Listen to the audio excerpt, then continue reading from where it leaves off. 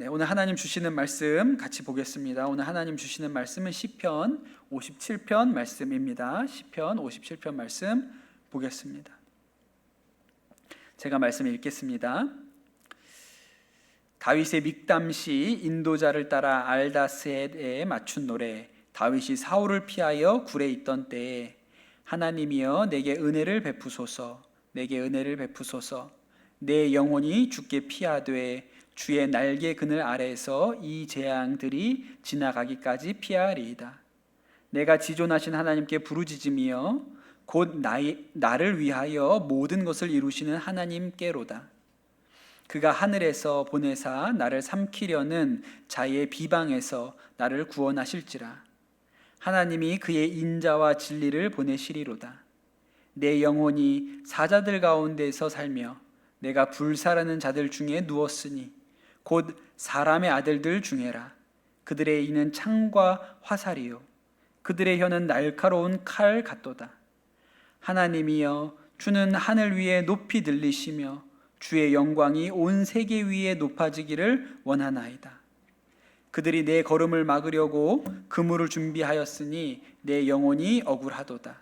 그들이 내 앞에 웅덩이를 팠으나 자기들이 그 중에 빠졌도다. 하나님이여 내 마음이 확정되었고 내 마음이 확정되었사오니 내가 노래하고 내가 찬송하리이다. 내 영광아 깰지어다. 비파야 수금아 깰지어다. 내가 새벽을 깨우리로다. 주여 내가 만민 중에서 주께 감사하오며 문 나라 중에서 주를 찬송하리이다. 무릇 주의 인자는 커서 하늘에 미치고 주의 진리는 궁창에 이르나이다. 하나님이여 주는 하늘 위에 높이 들리시며 주의 영광이 온 세계 위에 높아지기를 원하나이다. 아멘. 하나님의 말씀입니다.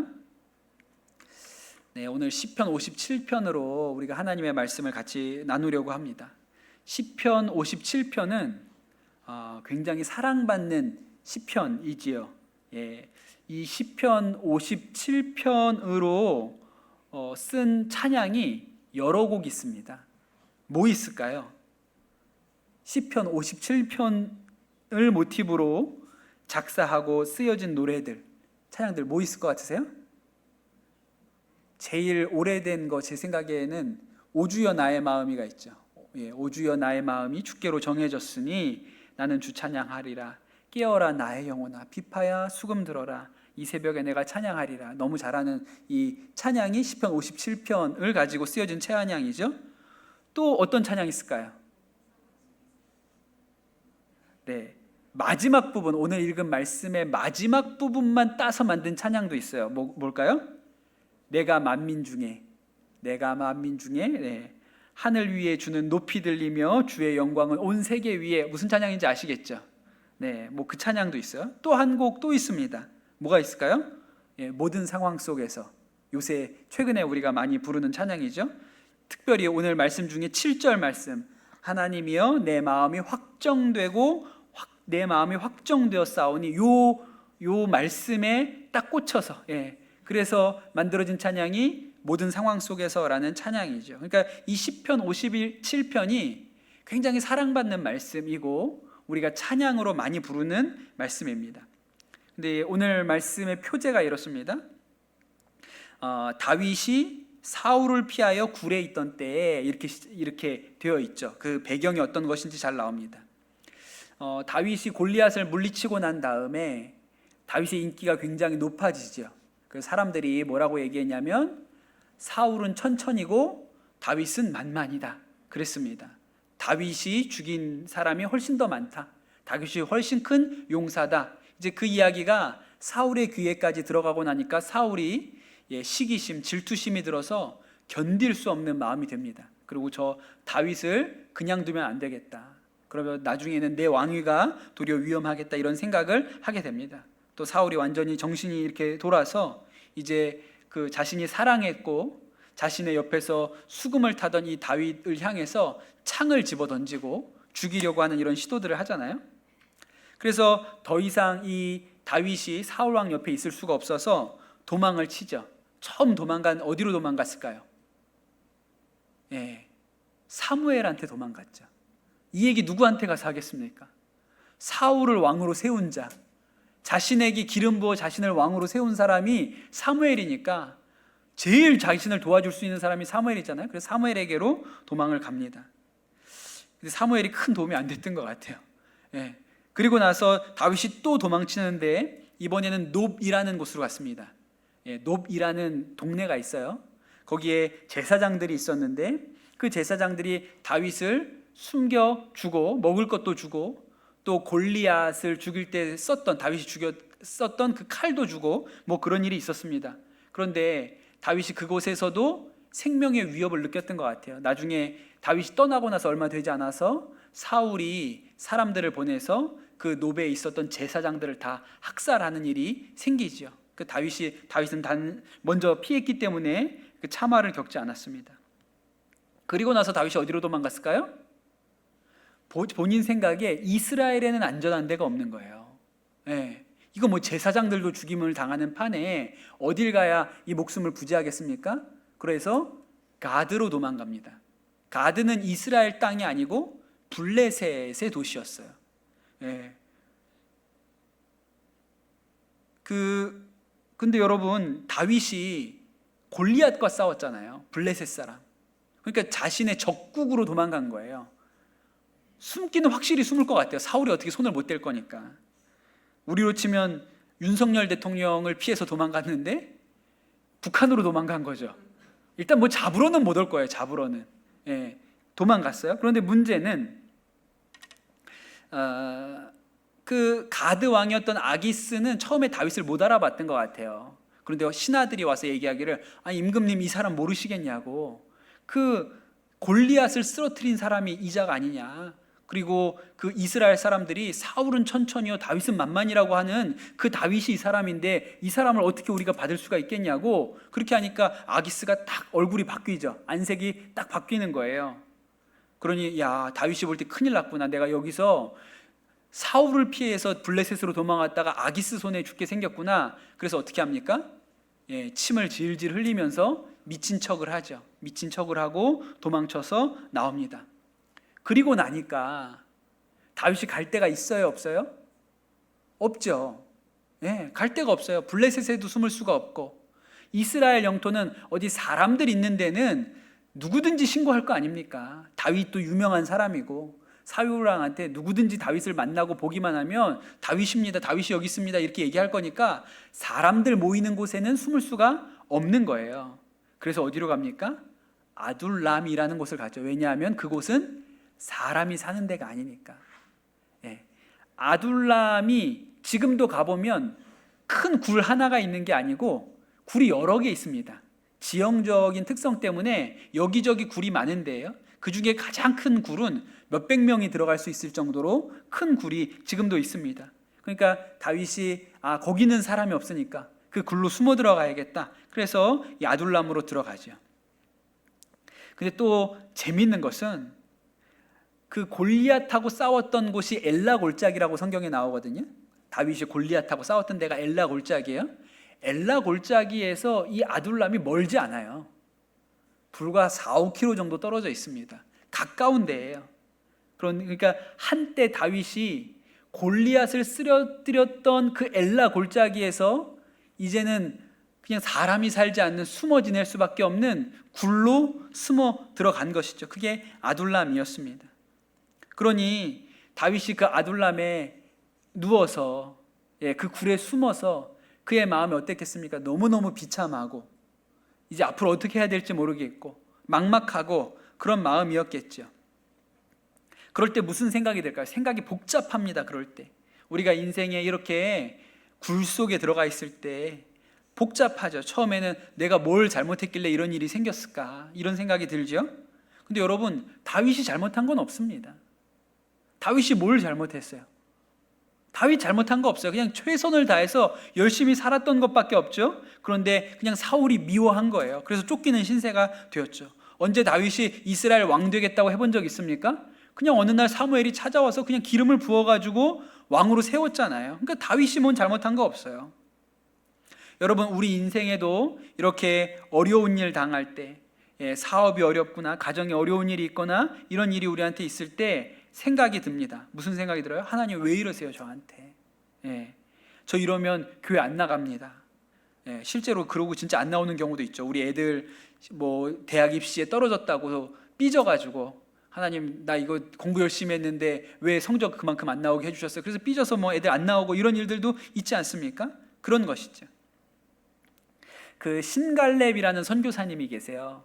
이분이 이랜드에서 11년 동안 대표이사로 일하셨던 분이고 나중에 이제 퇴직하고 나서는 그 비즈니스 선교를 이렇게 돕는 그런 선교 단체를 만들어서 활동하는 분이시고, 또 한 가지는 이분이 2006년에 암에 걸렸어요. 그 암 진단을 받았고 육종암이라는 암에 걸리셨는데 뭐 수술도 하고 항암도 하고 여러 가지 치료를 했습니다. 근데 나중에 또 재발해가지고 뭐 병원에서는 거의 이제 시한부 판정을 받았던 분이세요. 근데 이분이 뭐 믿음도 좋고 또 머리도 좋고 그래서 그 공부를 열심히 합니다. 암을 어떻게 하면 극복할 수 있는지 연구를 하고 또 그 아주 철저하게 자기 관리를 하고 그래서 암을 극복해내세요. 지금도 그래서 살아 계시죠. 그래서 이분 하시는 일 중에 암 환우들을 돕는 일을, 본인이 경험했던 일들을 가지고 암 환우들을 돕는 일을 하고 계세요. 그 관련된 책도 쓰셨어요. 그래서 이 암 환자들을 도우려고 강원도 고성에다가 회복센터, 이게 뭐 상설로 돼 있는 건 아닌 것 같고 이렇게 거기서 암 환자들 모아놓고 이렇게 캠프도 하고 이런 일을 하시려고 거기에다가 이렇게 집을 사서 회복센터를 세우셨는데 그 회복센터 이름이 아둘람이에요.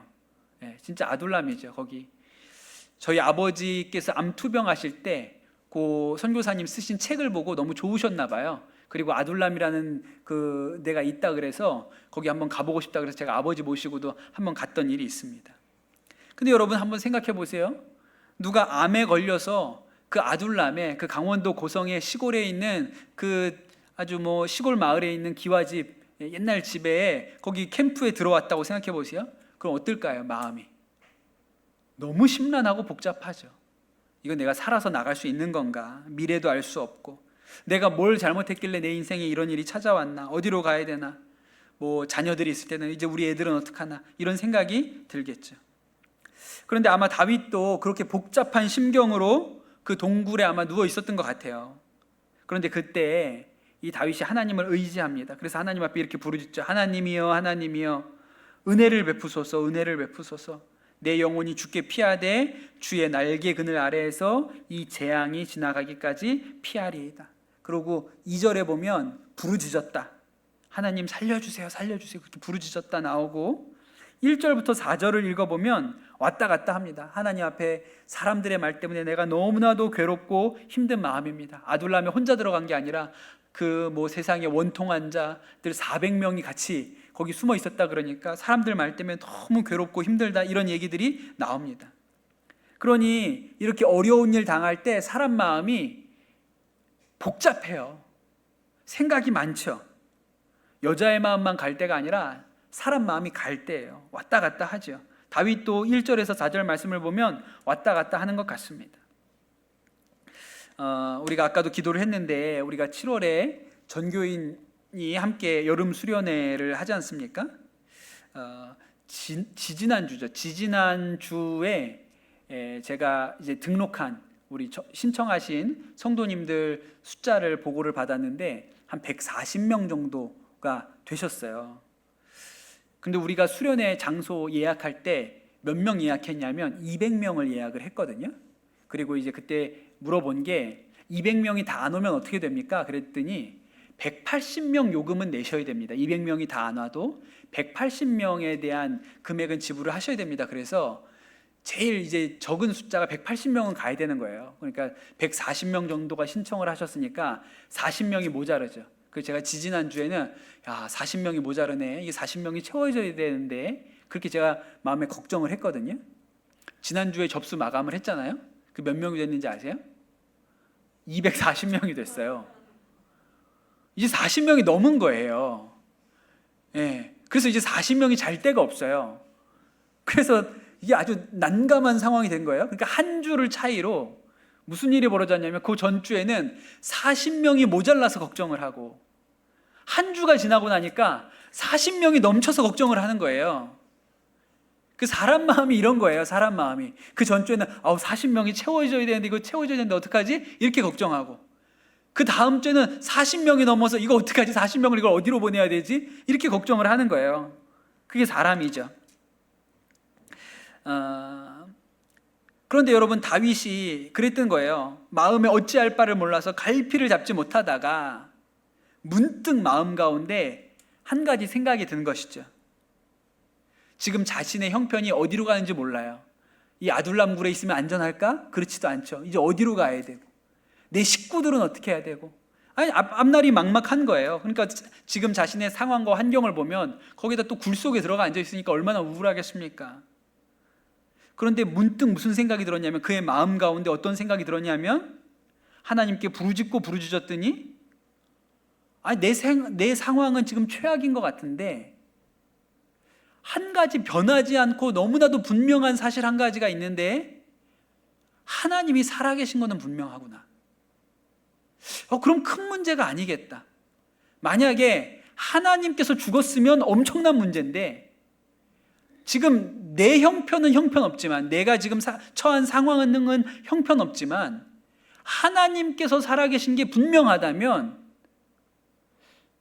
그럼 내가 옛날에 양치던 때랑 뭐가 다른가? 내가 골리앗 앞에 섰을 때랑 뭐가 다른가? 크게 차이가 없네. 하나님 살아계시면. 그런 마음의 생각이 든 것이죠. 하나님이 살아계시면 큰 문제는 없구나. 그게 마음 가운데 이렇게 깨달아진 거예요. 하나님을 보는 눈이 이렇게 열린 것이죠. 그렇지 않습니까, 여러분? 수련회 가는데 40명이 모자르면 어떻고 40명이 넘치면 또 어떻습니까? 하나님이 임하시기만 하면 되는 거 아닙니까? 수련회가? 그렇죠. 그 수련회에 딱 정확하게 200명 잘 맞춰갔어요? 그럼 너무 좋죠. 걱정할 것 없이. 근데 하나님이 안 임하셨어요. 그럼 망한 거잖아요. 근데 40명이 모자르든 40명이 넘치든 하나님이 임하셔서 은혜가 충만해요? 그럼 무슨 문제가 있나요? 그냥 텐트를 쳐도 상관없고, 차들 가져가신다니까 하루는 차에서 잡시다. 그래도 상관없는 거 아니에요? 제가 240명 넘었다는 얘기 듣고 그날 집에 들어가서 제 아내한테 얘기를 했어요. 여보, 이번에 우리 가는데 사람이 너무 많아. 우리는 차에서 자야 될 것 같아, 애들 데리고. 그랬더니 저희 아내가 이렇게 듣더니 저를 이렇게 보더니 이래요. 그러지 뭐 차에서 자면 되지 뭐. 그래요. 그러니까 뭔 상관이 있겠어요? 다윗 안에 지금 내 상황과 여건을 생각하면 형편없는데 그의 눈이 이렇게 번뜩 열린 게, 뭐가 문제야? 하나님 살아계신데. 지금 내가 아둘람굴에 있는 게 문제가 아니고 하나님이 죽었으면 심각한 문제지만 내 하나님이 여전히 지금도 살아서 역사하시면 뭐가 문제인가? 이런 생각이 든 것이죠. 여러분, 목사는 이렇게 목회를 하면서 뭐에 제일 관심 있는지 아세요? 예배에 몇 명 모였는지가 되게 중요해요. 그 예배에 사람들이 많이 모였으면 힘이 나고요. 많이 없잖아요? 그럼 힘이 빠져요. 근데 진짜 웃긴 일이잖아요. 여러분, 예배에 사람이 몇 명 모였는지가 뭐가 그렇게 중요한 일이겠습니까? 그 예배에 하나님이 임하셨는지가 훨씬 중요하죠. 전에 한번 제가 선한목자교회에서 사역할 때, 그때 아주 오래전 일입니다. 찬양 인도하시는 우리 전도사님이 한 분 계셨는데, 그날 아마 찬양 팀원들이 많이 못 온다 그랬나 봐요. 그래서 드럼도 못 온다 그랬고 세울 사람이 없어서 그렇게 좀 난감한 형편이었나 봐요. 그러니까 사역자 입장에서는 좀 낙심이 되죠. 오늘 예배를 잘 드려야 되는데 이렇게 악기 맡은 사람들도 못 온다 그러고 싱어들도 못 온다 그러니까 어떡하나. 그래서 이 전도사님이 뭐라고 생각했냐면, 나라도 오늘 잘해야겠다. 나라도 오늘 잘해야겠다. 내가 기타 하나밖에 없지만 기타라도 메고 올라가서 찬양 인도를 아주 진짜 잘해봐야겠다 이렇게 생각을 했는데, 그날 찬양 시작했는데 기타 줄이 끊어졌어요, 다. 근데 그분이 짧게 뭐라고 얘기하셨냐면, 제가 올라오기 전에 오늘 찬양팀에 많이들 못 오셔가지고 마음 가운데 걱정을 하고 나라도 오늘 기타를 잘 치고 찬양 인도를 잘해야지 생각했는데 기타 줄마저 끊어졌습니다. 하나님을 찬양합니다. 아무것도 기대할 게 없게 하신, 오직 하나님 말고는 아무것도 기대할 게 없게 하신 하나님을 찬양합니다 그러시더라고요. 그 제가 굉장히 은혜를 받았어요. 그 이야기 하시는데. 근데 여러분, 오늘 다윗이 아둘람 굴에 누워 있는데 번뜩 눈이 열린 거예요. 지금 뭐 가진 것도 없죠. 상황은 최악이죠. 그런데 눈이 번쩍 열렸는데 하나님 살아계시잖아. 그래서 다윗이 이렇게 얘기합니다. 5절에 보면 하나님이여 주는 하늘 위에 높이 들리시며 주의 영광이 온 세계 위에 높아지기를 원하나이다. 갑자기 하나님을 찬양하는 것이 바뀌게 된 것이죠. 그러면서 다윗이 하는 이야기가 자신의 마음이 확정되었다고 얘기해요. 7절에 하나님이여 내 마음이 확정되었고 내 마음이 확정되었사오니 내가 노래하고 내가 찬송하리이다. 그렇게 얘기합니다. 우리가 부른 찬양으로는 오주여 나의 마음이 주께로 정해졌으니 나는 주 찬양하리라. 그렇게 얘기한 것이죠. 그 배를 좀 타보셨습니까? 그 배가 바다 위에 떠 있으면 배가 계속 움직입니다. 그 배가 이렇게 엔진을 켜고 앞으로 나아갈 때는 파도가 있어도 이렇게 앞으로 나아가기 때문에 이게 움직임이 이게 반복적이에요.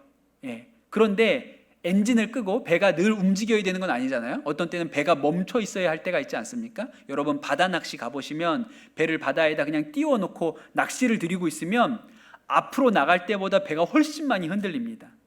멀미를 앞으로 나가면, 배가 엔진을 켜고 앞으로 나가면 멀미를 그래도 좀 덜해요. 근데 엔진을 끄고 배가 그냥 물 위에 떠 있으면 멀미가 훨씬 심합니다. 그걸 너울이라 그러죠. 왔다 갔다 배가 막 어느 사방으로 막 흔들리면 멀미를 더 하게 됩니다. 그래서 배가 그냥 한 장소에 오래 떠 있으려면 뭘 하죠? 닻을 내려요. 그 닻이라는 게 여러분 그 닻이 뭔지는 아시죠? 앵커. 더 어렵습니까?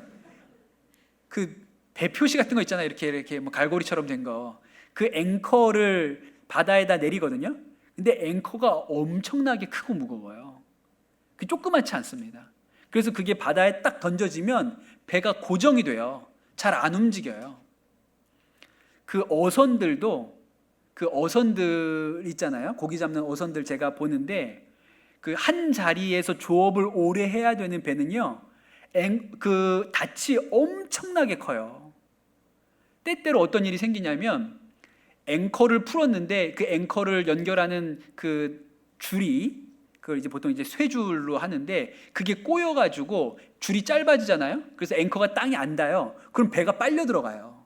그렇게 침몰하기도 해요. 앵커의 무게 때문에 배가 빨려 들어가기도 하는 일이 생긴다니까요. 그렇게 닻을 내리면 배가 움직이지 않습니다. 그런데 오늘 무슨 일이 일어나냐면 다윗이 확정되었다 그랬잖아요. 내 마음이 확정되고 확정되었다고 이야기하는데 그 말이 닻이 내려졌다는 뜻이에요. 흔들리지 않는다는 것이, 하나님 살아계시니, 하나님 살아계신 게 확실하니 내 마음이 확정되었습니다. 이제 흔들리지 않습니다. 그렇게 이야기를 하는 것이죠. 그 유기성 목사님 아내 되시는 박리부가 사모님께서 자주 하시는 간증인데, 사모님도 그 아버지께서 목사님이셨거든요. 목사님 가정에서 태어나셨습니다. 4남매 중에 제일 마지가 리브가 사모님이세요. 그런데 리브가 사모님이 고등학교 3학년 때 대학 입시해야 되는 그때에 그 아버지, 목회하시던 아버지께서 간암으로 돌아가셨습니다. 아마 늦게 발견하신 것 같아요. 그래서 전혀 손쓸 틈도 없이 아버지께서 세상을 떠나셨어요.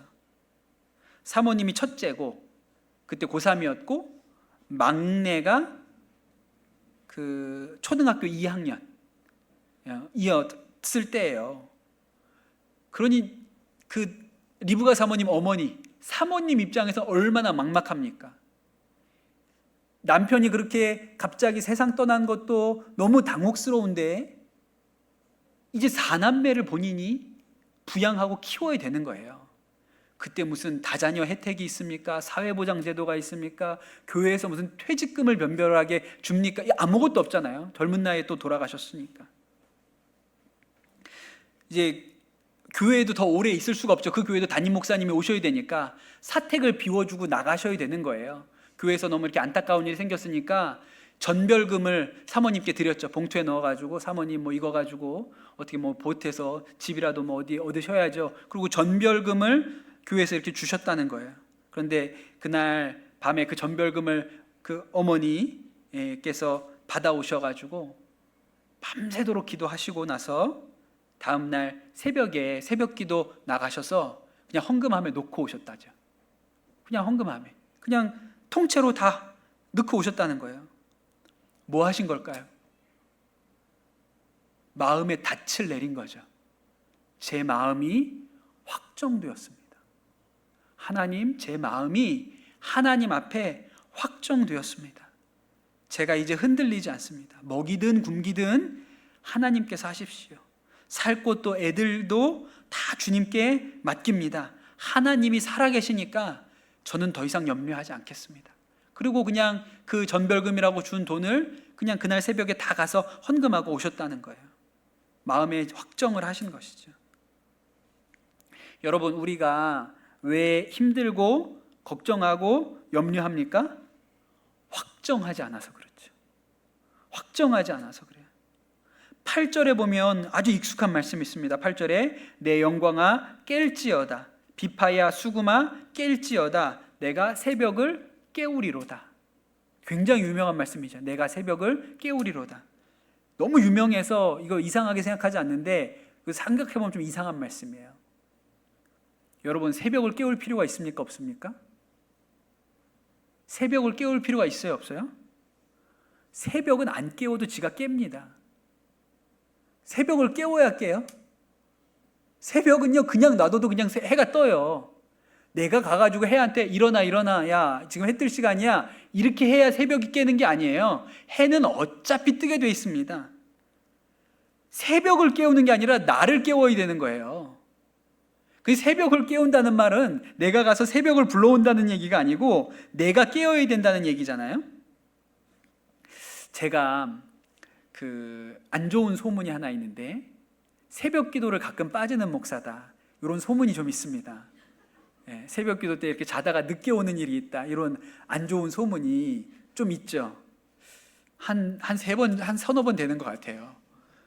올해는 거의 없지 않습니까? 제 생각에 올해는 늦은 적도 없고 거의 없는 것 같은데, 하여튼 사람이 인상이 되게 중요하죠. 그런데 사실 저는 새벽에 안 나갈 수가 없는 사람이잖아요. 그렇죠? 안 나갈 수가 없는 사람이에요. 졸리다고 오늘 너무 피곤한데 좀 더 자야겠어, 이게 안 되는 사람이잖아요. 설교를 해야 되니까 저는 그냥 무조건 나가야 되는 사람이에요. 작년, 벌써 1년이 다 되었는데, 작년 요맘때 여름 행사들 준비할 때 그 앞두고 목 디스크가 왔습니다. 너무 아픈 거예요. 너무 아파가지고 움직이지도 못할 정도 그냥 침대에 계속 누워 있는 그런 형편이었거든요. 내일 새벽에 내가 갈 수가 있을까? 그런 생각을 했죠. 어떡하지? 이 몸으로 어떻게 새벽에 갈 수가 있을까? 그런 생각이 들었어요. 그래도 일단 내일 전할 말씀이 뭔지는 봐야 되잖아요.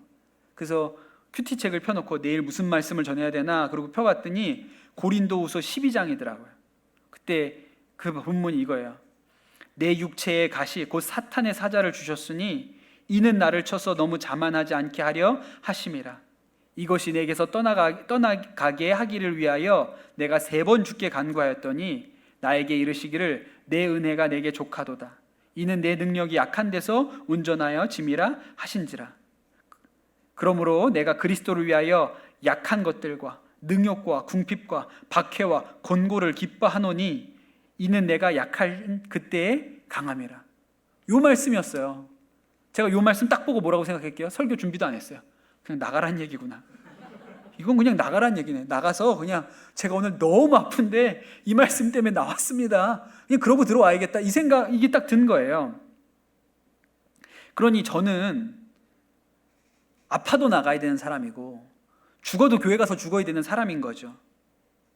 그러니 여러분, 확정되어 있는 거예요. 저는 새벽을 깨우기로 확정되어 있어요. 고민하고 뭐 이럴 여지가 없는 거예요. 그냥 무조건 나가야 되는 사람인 거죠. 근데 제가 이게 은혜라고 느끼는 것이 부목사 때는 안 그랬거든요. 새벽에 일어나야 된다는 부담은 있죠. 그러나 내가 설교가 아니면 안 나가도 괜찮은 거예요. 그리고 잘 몰라. 너무 많기 때문에 잘 몰라. 예. 그러니 뭐 어떤 날은 사역 때문에 늦게 들어온 날도 있고, 어떤 날은 몸이 아프거나 힘든 날도 있어요. 그러면 자기 전에 누워서 무슨 생각을 하냐면 내일 갈 수 있을까? 이렇게 생각합니다. 내일 새벽 예배 내가 갈 수 있을까? 그렇게 생각하는 날은요, 다음날 안 일어나겠다는 거예요. 그냥 마음에 확정해야 일어나죠. 마음에 일어나겠다고 확정해야, 나는 내일 무슨 비가 오든 눈이 오든 바람이 불든 하여튼 아프든 죽든 하여튼 교회는 가야지, 이래야 가거든요. 근데 마음에 확정이 안 되면 내가 내일 새벽에 나갈 수 있을까? 그건 안 나가겠다는 얘기예요. 여러분, 새벽에 기도를 해야겠다, 내가 확정되어서 나와야겠다라고 생각하시면 새벽에 내가 찬양 인도를 한다 이렇게 생각을 하세요. 내가 찬양 인도 마쳤다. 그럼 어떻게 나와야지. 무조건 내가 오늘 새벽에 반주야. 그럼 무조건 나와야 되잖아요. 내가 새벽에 방송실 들어가가지고 음향 켜고 내가 이거 해야겠다. 그럼 무조건 나오게 돼 있어요. 하다못해 내가 오늘은 새벽에 강대상에 물을 내가 떠서 올려야겠다. 그럼 그것 때문에 나오는 거예요. 확정되는 것이죠. 내가 꼭 나가야 돼라고 확정돼요. 그러면 일어나져요. 그런데 일어나 볼까? 일어나면 가고 힘들면 못 가지. 일어나야 되는데, 일어나고 싶은데, 내가 이럴 때가 아니고 기도해야 되는데, 근데 대자가 붙잖아요. 그럼 안 하겠다는 얘기예요. 그냥 확정이 안 돼 있으니까.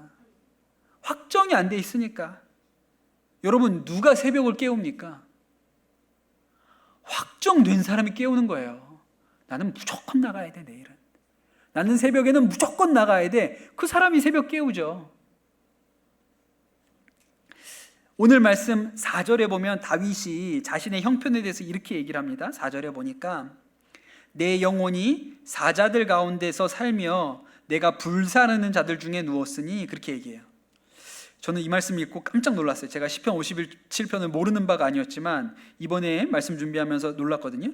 내 영혼이 사자들 가운데 살며 내가 불사르는 자들 중에 누웠으니. 여러분, 누구 생각나는 사람 없으세요? 이 말씀 읽고? 그렇죠. 다니엘 생각나죠. 다니엘이 풀무불에도 들어가고 사자굴에도 들어갔잖아요. 근데 오늘 다윗이 뭐라고 얘기하냐면 내 영혼이 사자들 가운데 살며 내가 불사르는 자들 중에 누웠으니, 이렇게 얘기하는 거예요. 근데 왜 놀라워요, 이 말씀이? 아직 다니엘은 태어나지도 않았어요. 400년 뒤에 태어난다고요. 근데 다윗이 어떻게 이 시편 얘기하는데 내가 사자굴 가운데 누웠고 불사르는 자들 중에 누웠으니, 이렇게 얘기를 해요. 너무 놀랍죠. 근데 여러분, 다니엘 얘기 한번 생각해 봅시다. 다니엘이 풀무불에서, 사자굴에서 어떻게 살아나왔습니까? 다니엘서 보면 이렇게 얘기하죠. 그 풀무불에 들어갔을 그 느부갓네살 왕이 다니엘의 세 친구들을 그 풀무불에 집어넣는다고 얘기했을 때 뭐라고 얘기합니까? 이 친구들이, 왕이여, 우리가 섬기는 하나님이 계시다면 우리를 맹렬히 타는 풀무불 가운데서 능히 건져내시겠고 왕의 손에서도 건져내시리이다. 그렇게 하지 아니하실지라도 왕이여, 우리가 왕의 신들을 섬기지도 아니하고 왕이 세운 금신상에 절하지도 아니할 줄을 아옵소서, 이렇게 얘기하잖아요. 뭐예요 이게? 확정된 거예요. 마음에. 임금님, 우리는요 절 안 해요. 분명히 우리 하나님이 살려주실 거라고 우리가 믿고요, 만약에 안 살려주셔도요 그래도 안 해요. 그럼 여러분, 이 친구들, 다니엘의 이 친구들이 가졌던 마음이 뭡니까? 확정돼 있었던 거예요. 그들의 마음이 흔들리지 않았어요. 살려주셔도 안 하고요, 안 살려주셔도 안 해요. 우리는 절대로 절하지 않습니다. 그러니까 그들의 마음이 확정된 태도를 가지고 있었죠. 여러분, 우리가 이번에 한 주간 새벽에 계속 사도행전 말씀 보고 있는데, 예수님께서 부활하시고 나서 제자들과 계시다가 승천하시지 않았습니까? 그리고 나서 제자들이 그 오순절 마가의 다락방에 모여 있었어요. 그 전에 예수님께서 부활하셔서 몸을 입고 이 제자들을 찾아오셨을 때 제자들에게 나타나서 처음 하신 말씀이 두려워하지 말라였어요.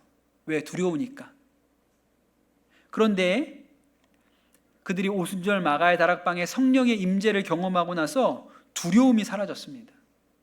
베드로와 요한이 유대의 지도자들 앞에 나가게 되죠. 그리고 그들이 거기에서 다시는 예수의 이름으로 말하지 말라, 경고하고 위협을 받습니다.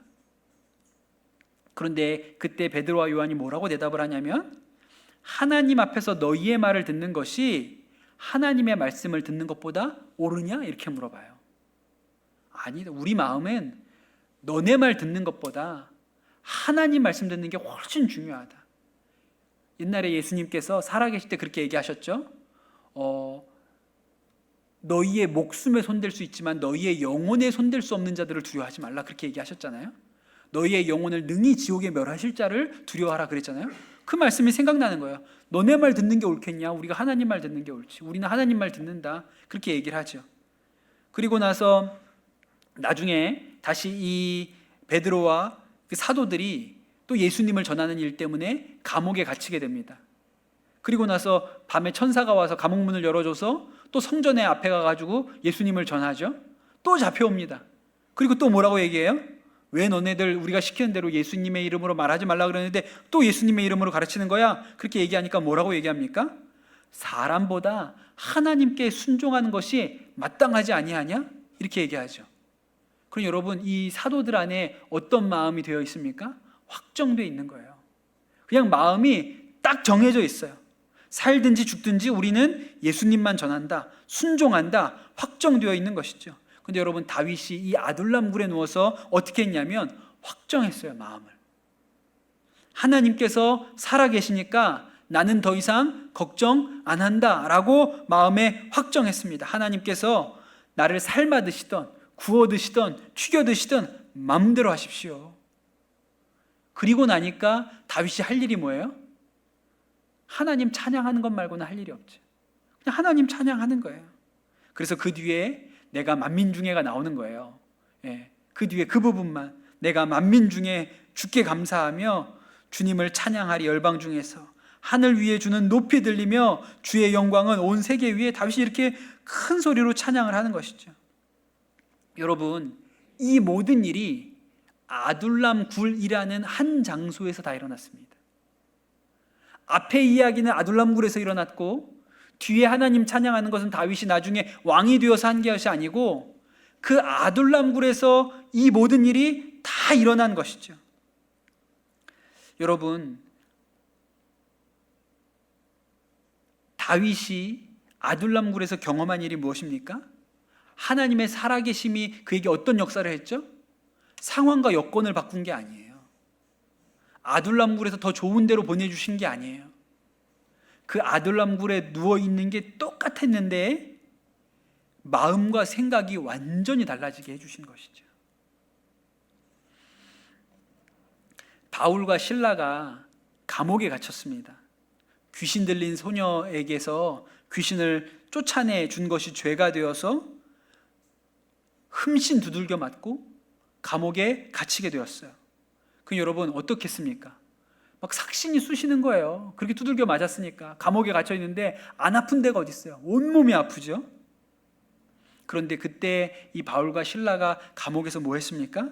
하나님 찬양했어요. 하나님. 그랬더니 감옥 문이 열렸죠. 그것이 진짜 찬양입니다. 하나님이 선하십니다. 주님의 이름이 온 땅에 높아지소서. 그게 진짜 찬양이죠. 완전히 심령이 뒤바뀌어진 역사가 일어난 것입니다. 그 2012년에 북한에 억류되었던 선교사님, 케네스 베라는 선교사님이 계셨어요. 이분은 이제 미국계 한국인이죠. 미국 국적을 가지고 계신 한국인이신데 그 중국 단동에서 북한을 들어갈 수 있는 여행사를 운영하셨던 분이에요. 북한에 있는 여행사랑 이렇게 해가지고 사람들을 모아서 북한에 이렇게 들어갈 수 있습니다. 지금은 모르겠어요. 지금은 못 들어갈 것 같은데 몇 년 코로나 터지기 전까지만 해도 대한민국 사람은 못 가지만 뭐 북한하고 큰 상관이 없는 외국 사람들은 북한의 평양까지 다 관광을 갔어요. 유튜브에 찾아보시면 그 외국 사람들 평양 다니는 이런 영상이 많이 있습니다. 그렇게 평양에 그 여행객들을 목격해가지고 17번을 들어갔다 나왔어요. 그러니까 뭐 이제 너무 북한 들어가는 게 익숙한 분이죠. 그리고 18번째 들어갔는데 이분이 이제 너무 많이 앞에 들어갔다 와 보니까 이렇게 조심했어야 되는데 조심을 못한 거예요. 북한에 들어갈 때 이렇게 컴퓨터나 외장 하드나 이런 거 가지고 들어가면 안 된다 그래요.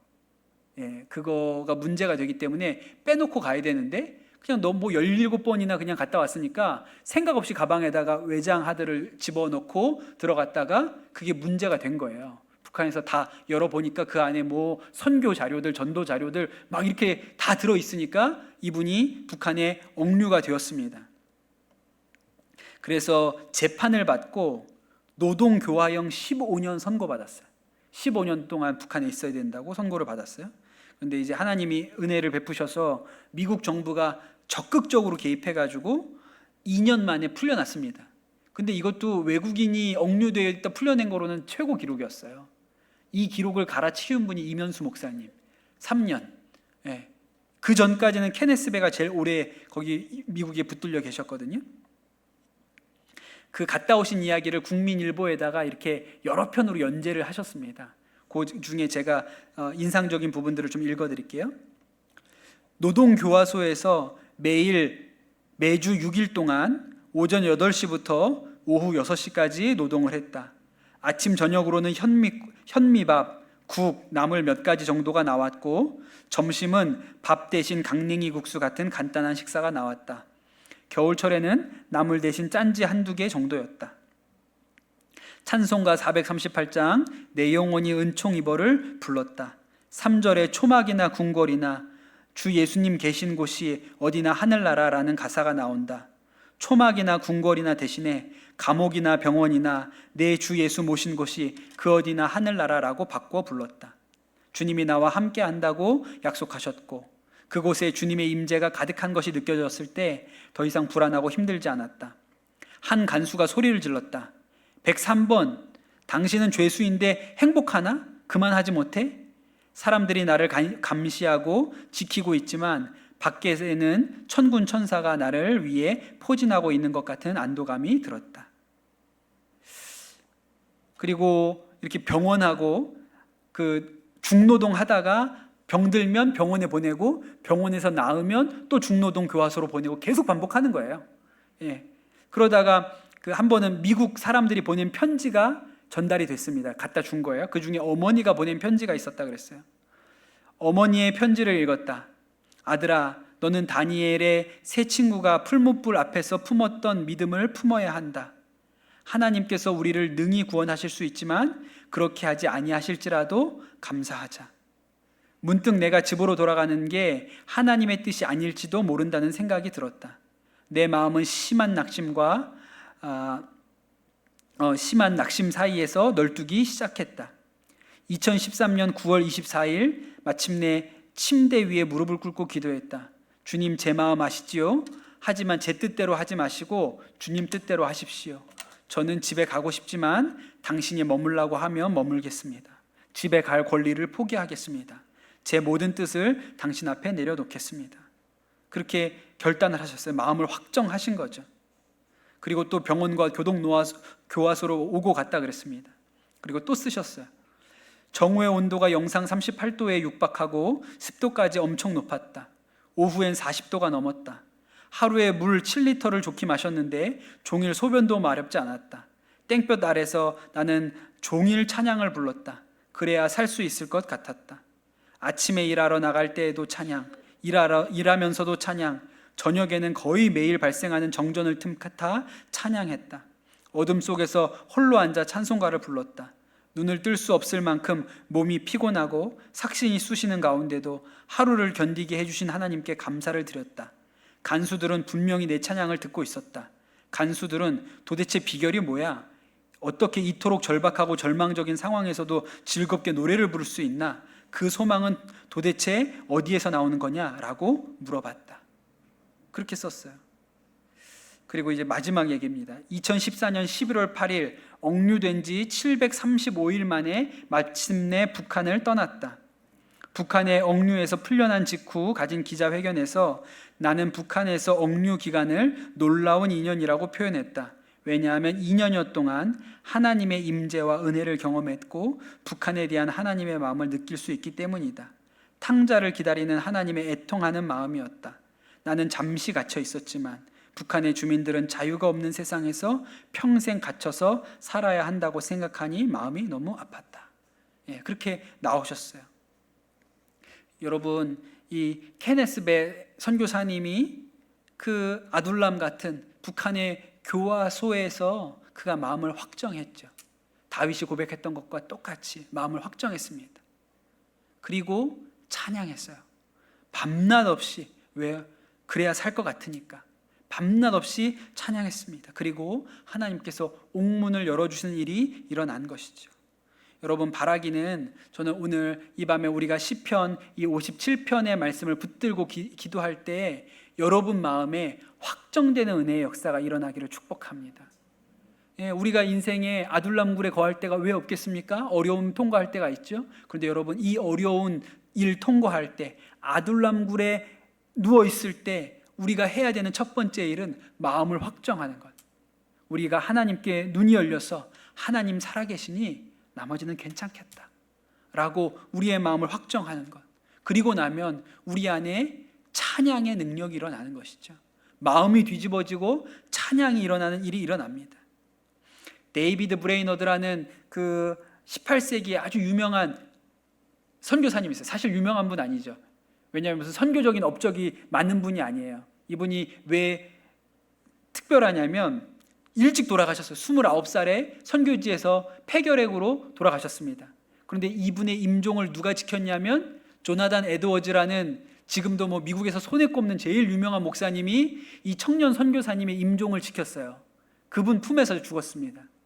그리고 이 데이비드 브레이너드가 죽을 때 남긴 것이 하나 있는데 일기장을 남겼어요. 자신이 선교지에서 어떻게 살았는지 일기장을 남겼는데 그 일기장을 조나단 에드워즈가 이제 출판하면서 이 데이비드 브레이너드라는 사람이 유명해졌죠. 그런데 그 일기를 읽어보면 힘들다는 말이 엄청 많이 나와요.